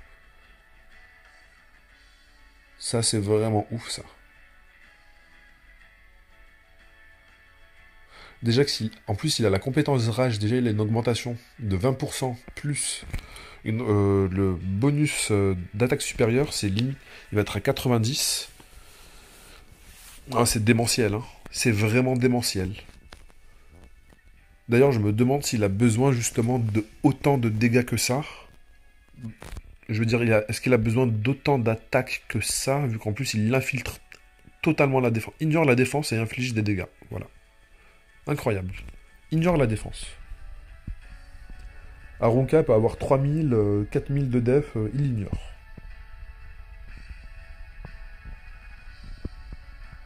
Faudrait que je fasse le test, vu qu'on a pas mal de Barunka dans la guilde. On fait pas mal de RTA. Je crois que je vais le sortir justement pour contrer les Barunka des mecs en face. Faudrait que je fasse le test, parce qu'en général... Enfin, la mienne en tout cas, n'a pas énormément de PV.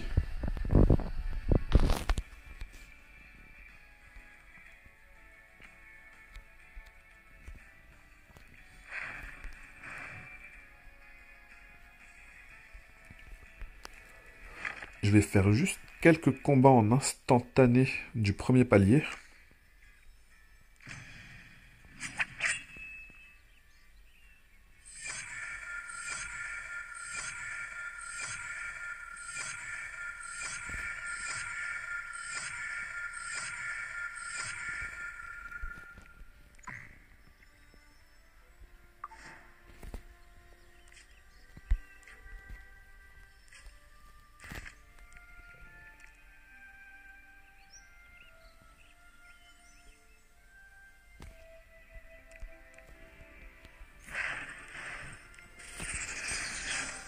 Là, il va récupérer pas mal de statistiques aussi en plus. Après, je devrais peut-être économiser les ressources. En voleur, je crois pas avoir énormément de ressources et je vais en avoir besoin pour upgrade ses compétences. Par contre, je ne pense pas avoir de fiole. La fiole, ça va être dans la récompense justement lorsque j'aurai terminé la tour automate. Ici, j'en récupère une. Ici, j'en récupère une autre. Et je raconte de la merde, dans l'événement, il en reste une que je n'ai pas récupérée. La voilà.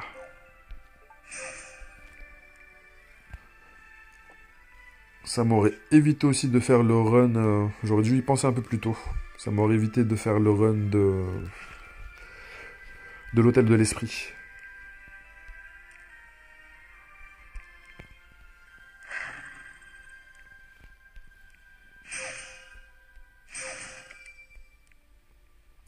Alors, quelles sont ses stats maintenant? 3500 d'attaque. Ok, ça a bien augmenté.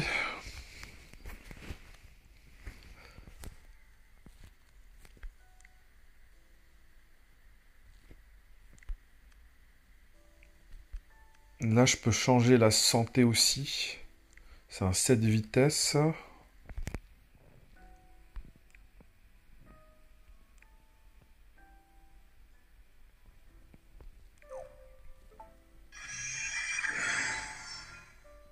Dommage, très mauvais rôle.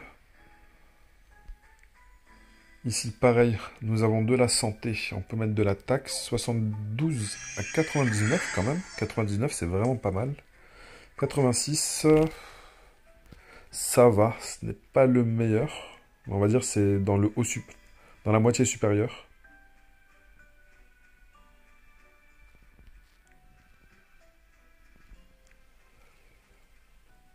Là, normalement, je ne peux pas avoir d'attaque dessus. On va laisser de l'effi. Non, je pense qu'on va plus chercher à mettre de la santé.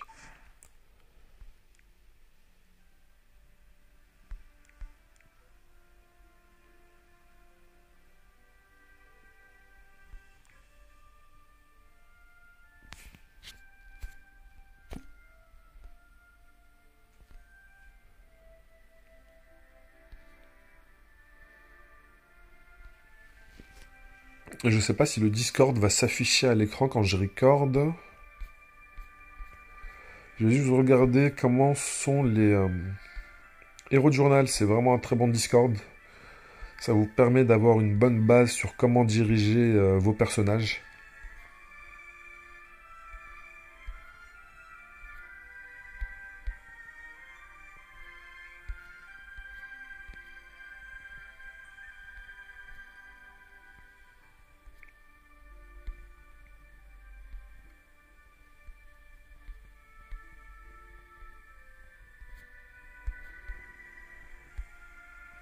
Alors, pas énormément de Génois sur le Discord.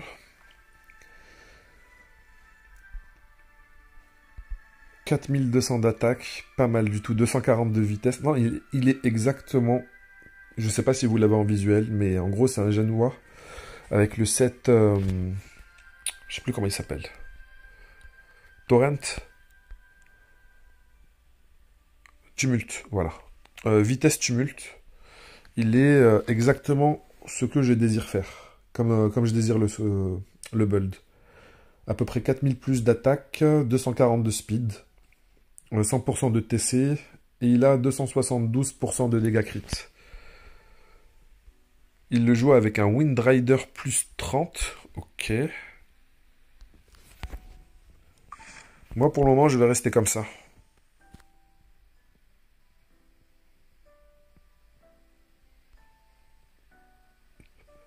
Disons que le bouclier, ça lui permettrait d'encaisser un autre coup pour pouvoir refaire un autre S1 derrière. Mais c'est vrai que l'autre, ça lui permettrait d'avoir directement la furtivité pour avoir c'est une meilleure survie.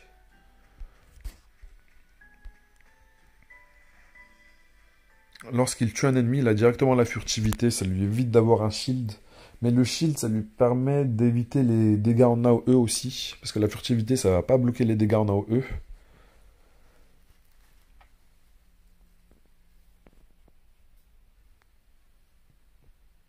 Après, c'est vrai qu'ici, on aura une augmentation d'attaque de 20% pendant un tour au début du tour suivant. Je pense que ça se cumule avec les autres augmentations d'attaque.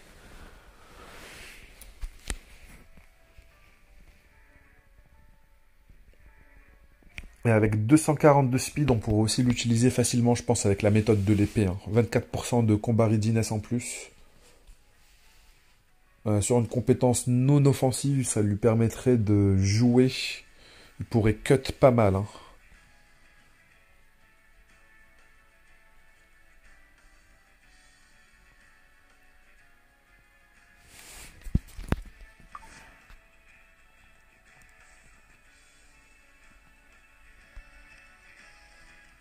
Je devrais travailler un petit peu sur son attaque. L'arme, je pourrais avoir mieux. Surtout le 2 de vitesse, il est un petit peu triste.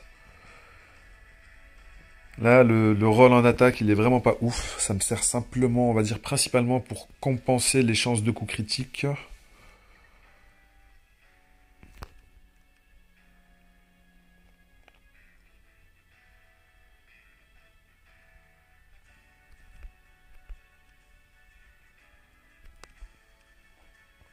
N'hésitez pas à me dire ce que vous en pensez en commentaire du génois.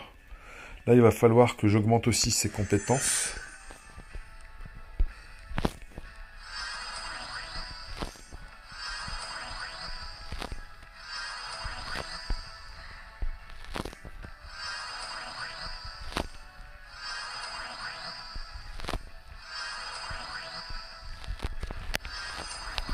Et vu qu'on fait assez régulièrement de la RTA avec les mecs sur le Discord et dans la guilde, je vais pouvoir le tester, je pense, dans la journée. Souvent en fin de journée, vers les coups de 17 h, on se regroupe, on crée une room et on fait quelques combats.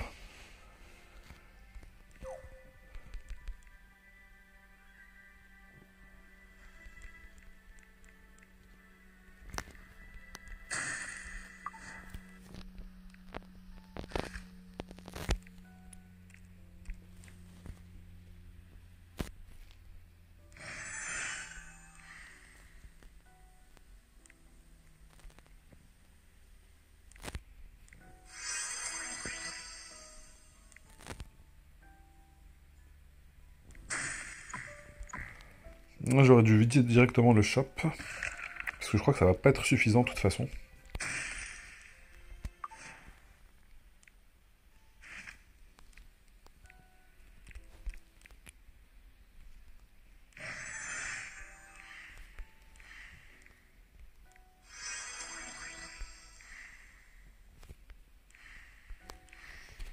Alors, comment je vais faire maintenant pour les récupérer? Alors, événement... Normalement, on a plusieurs coffres.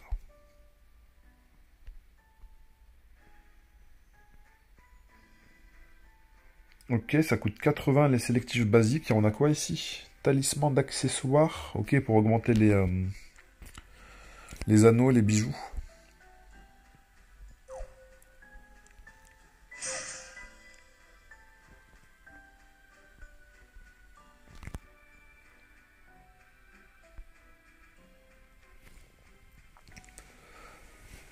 Alors ici, j'hésitais du coup avec Feyra. Mais vu que j'ai Ran, je pense pas que ce soit spécialement nécessaire. Et si j'ai besoin du buff escort, j'aurai à monter Arroel.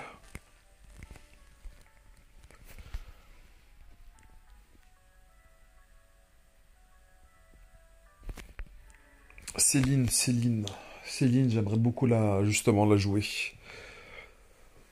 Je regrette. Sur le premier ticket sélector qu'on avait, j'ai pris Ravi et je regrette énormément d'avoir pris Ravi. C'est vrai qu'en début de jeu, elle m'a vraiment simplifié la tâche sur le mode histoire, mais en fait, le mode histoire, on s'en fout.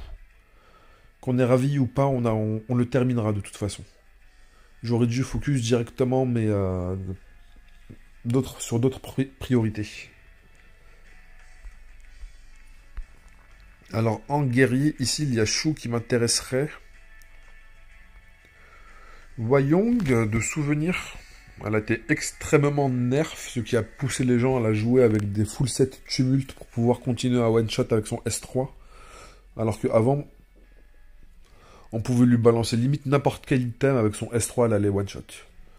Elle a subi tellement de nerfs, c'est incroyable. Ils lui ont cassé les jambes en fait. Je sais pas si elle a été buffée entre-temps ou pas. Chou, très forte. Très chiante.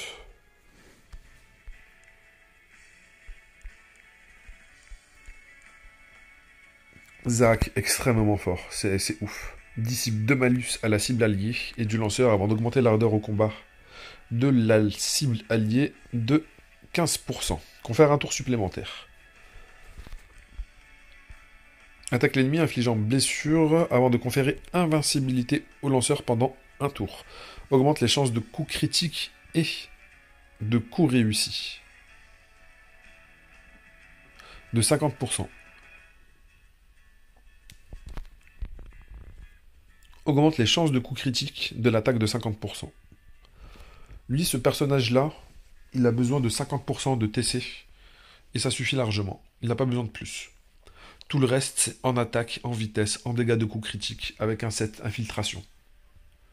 C'est un boucher. Zaak est un boucher. Sur mon compte principal, je l'ai très respecté. Il me l'a très très bien rendu. Peut-être que maintenant, avec tous les personnages qu'il y a, il a peut-être perdu en valeur. Mais là, si je l'aurais pull de manière aléatoire, je l'aurais déjà monté. Pareil pour Céline. J'attendais justement de voir si je pouvais en dropper quelques-uns que je désire, comme Crow aussi. C'est un personnage, j'avais dit dans mes premières vidéos qu'il n'avait jamais eu de buff depuis X temps, depuis toute l'histoire de Epic 7, mais apparemment si. Il a eu enfin une augmentation. Je ne sais pas quelle est laquelle. Laquelle...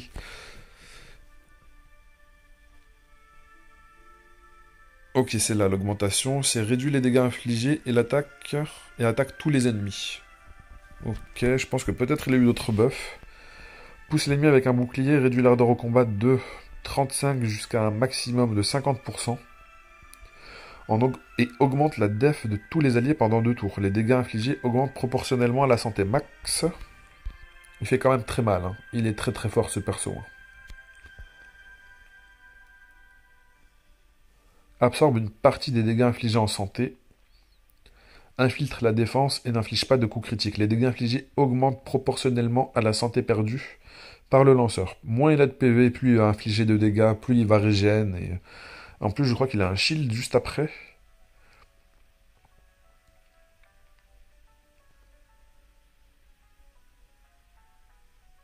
Ok, j'avais pas remarqué ça. Lorsque cette compétence est utilisable selon l'état de recharge, le lanceur reçoit 25% de dégâts subis par les alliés à leur place. Il a un Orius caché dans sa compétence. Celui qui lui permet en fait de pouvoir rediriger les dégâts sur lui pour qu'il tombe beaucoup plus rapidement. Pour qu'il tombe rapidement. Pour que ses PV tombent rapidement. Ensuite, il fait son S3. Il recommence. Il va buff def la team. En même temps, il va rediriger les dégâts et il exécute. Il exécute les mecs. C'est vraiment un exécuteur, hein, son S3. Peut-être, j'ai pas regardé, je n'ai pas vraiment eu de retour ni d'expérience avec le Soulburn du S3, mais je suis pas spécialement fan.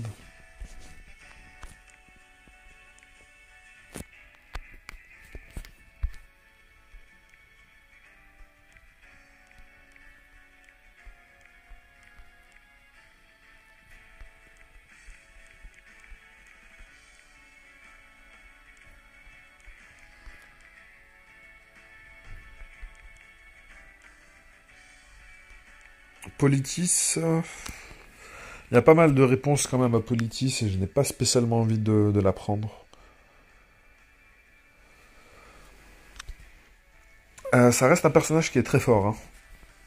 Hein. Mais je n'ai pas spécialement, je ne ressens pas spécialement le besoin de l'utiliser.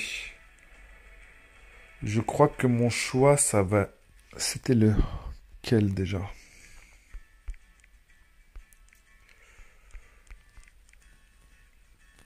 Non. Ah, ça va être peut-être Céline. Parce que ici, on a dit que j'ai un RAN qui peut faire ce qu'elle fait. Et vu que je n'ai pas commandeur Pavel, je n'ai pas besoin de Feyra spécialement pour commandeur Pavel.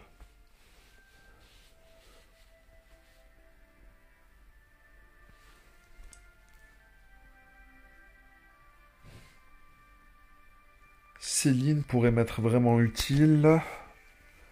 En plus, avec son équipement exclusif, elle focus directement l'allié à l'attaque la plus élevée.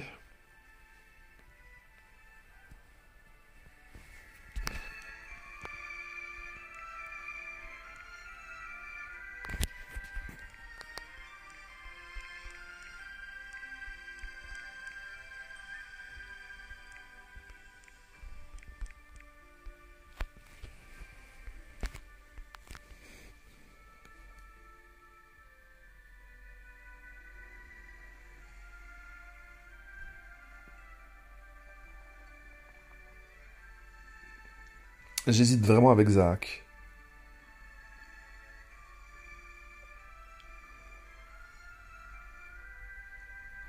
Pour ceux qui n'ont pas FF le jeu comme moi pendant une très longue période, n'hésitez pas à me dire aussi en commentaire peut-être qu'il y a des personnages que je n'ai pas pris en compte. Comme Abigail, Wukong aussi, je connais pas spécialement son kit.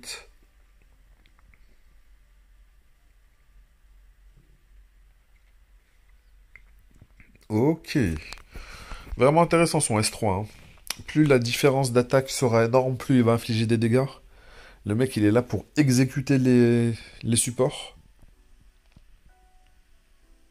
N'est pas affecté par le désavantage élémentaire, mais c'est ouf.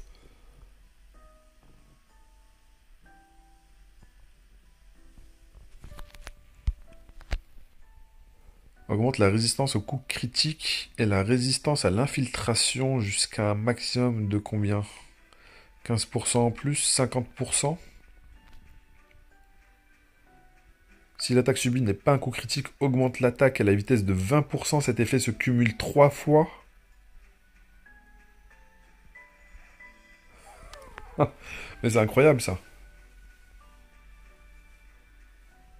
Ça veut dire que lui, s'il profite du buff de l'Andy, l'anti-crit, et qu'il passe à 100% de résistance crit, il va directement cumuler ses passifs là, parce que 20% de vitesse et d'attaque, c'est insane, hein, c'est immonde.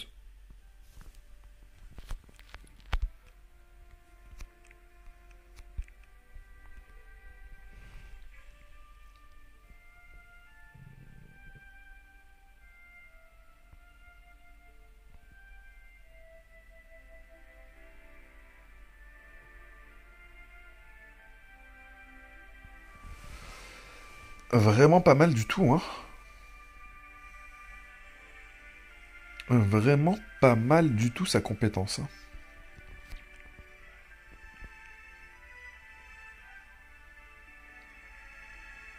On peut le mettre en cette vol-vie. Et on va stacker la vitesse et l'attaque. On peut même lui mettre un vol-vie plutôt tanky, à la manière d'un violette. Je sais pas si... Enfin, sur le Discord, ou même dans mes anciennes vidéos, j'avais montré mon violette qui était sur mon compte principal. Il a 20 000 de PV. Si on monte un Wukong à cette manière-là, à 20 000 de PV, 4100 et quelques d'attaque, c'est vrai qu'il n'a pas énormément de dégâts de coups critiques. Il a en 7 infiltration, je parle de mon violette. Hein. Et il est à quoi? Il a 230 de dégâts de coups critiques, c'est vraiment léger. Mais après voilà, on peut pas avoir 20 000 PV et 300% de dégâts CC aussi. Mais s'il est monté, on va dire, de cette manière-là, et que de manière passive en plus, il augmente sa vitesse et son attaque, c'est vraiment phénoménal ça. Après, avec on peut même le mettre de cette manière-là, avec un set counter et l'artefact qui lui permet de régénérer directement la faux de Sigurd. Faux de Sigurd, un set counter très tanky. Je ne chercherai même pas spécialement à monter son attaque en fait. Un set counter extrêmement tanky. Ni à monter l'attaque ni la vitesse. Je le montrerai comme un très très gros tank. Et juste pour qu'il scale sur la durée. Bien sûr, on lui met 100% de chance de coup critique. Un petit peu de dégâts de coup critique. Et lorsqu'il aura fait quelques rotations de son passif...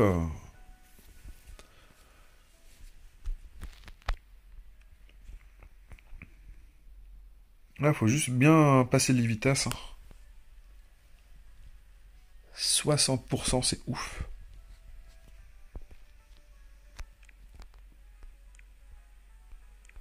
Je ne vais pas me décider tout de suite. Si des personnes en commentaire pourraient peut-être aiguiller mon choix, ça m'aiderait énormément.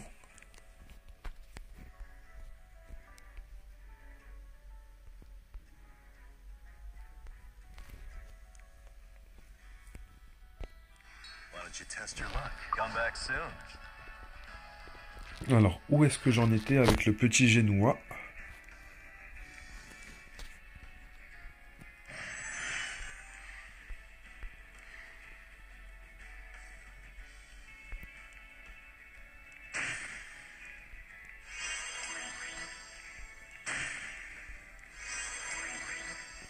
Bon, on a maxé le S3, on a maxé le S2.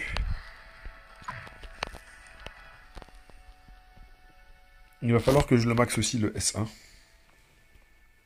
5, 10, 15, 25% de dégâts, c'est quand même colossal.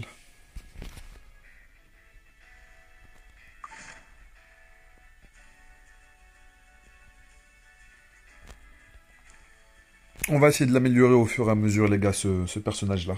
On va essayer de lui donner un peu plus de vitesse et un peu plus d'attaque avec le temps. Au niveau de l'artefact, je ne pense pas avoir fait le choix le plus pertinent. N'hésitez pas à m'aiguiller en commentaire.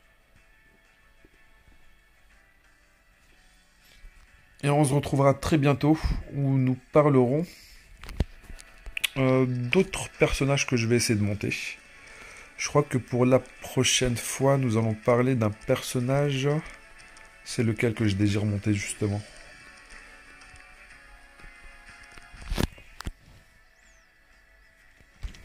Peut-être pas Lilias.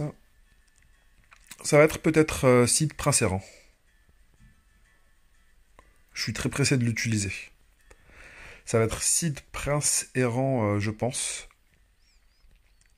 Et pour faire une petite preview aussi, nous allons parler de Champion Zerato.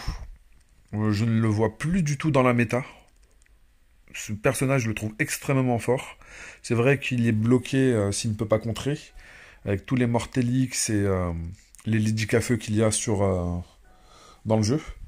Mais après, pour le debuff de Lidicafeu, ça peut être réglé avec un cleanse. Mortelix, c'est plus compliqué, parce que pour régler le problème de Mortelix, il faut tuer Mortelix, ou le ban, ou... Angelica Pécheresse, je ne l'ai pas build, je l'ai juste donné un équipement random, c'était juste pour un étage où il y avait justement contre Singelica. L'étage de l'abysse contre Singelica, utiliser aussi Singelica, ça va empêcher la résurrection des champignons. Et l'étage est extrêmement simple de cette manière-là. Je ne l'ai même pas récupéré son équipement exclusif, je lui ai mis un équipement, mais juste je lui ai équipé ce que j'avais à disposition. Avec le free and équipe, j'ai juste passé l'étage, un run, et c'était réglé. Hein. C'est vraiment très très simple.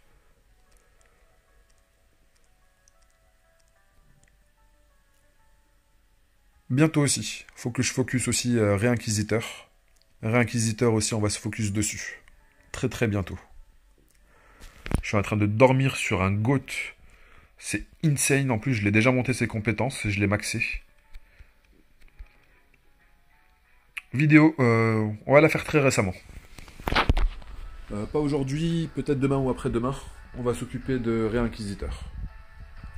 Sur ce, les gars, N'hésitez pas à liker, à vous abonner si ce n'est pas le cas, à faire des commentaires par rapport aux questions que j'ai posées aussi au cours de la vidéo. Le Discord sera en description. La guilde principale a toujours des places de disponibles. La guilde secondaire pour les débutants, vous pouvez la rejoindre aussi. C'est la Gacha Guild pour la guilde principale et Gacha V2 pour la guilde secondaire. J'écrirai ça en description de toute façon. Et on se dit à bientôt les gars. Allez, ciao ciao.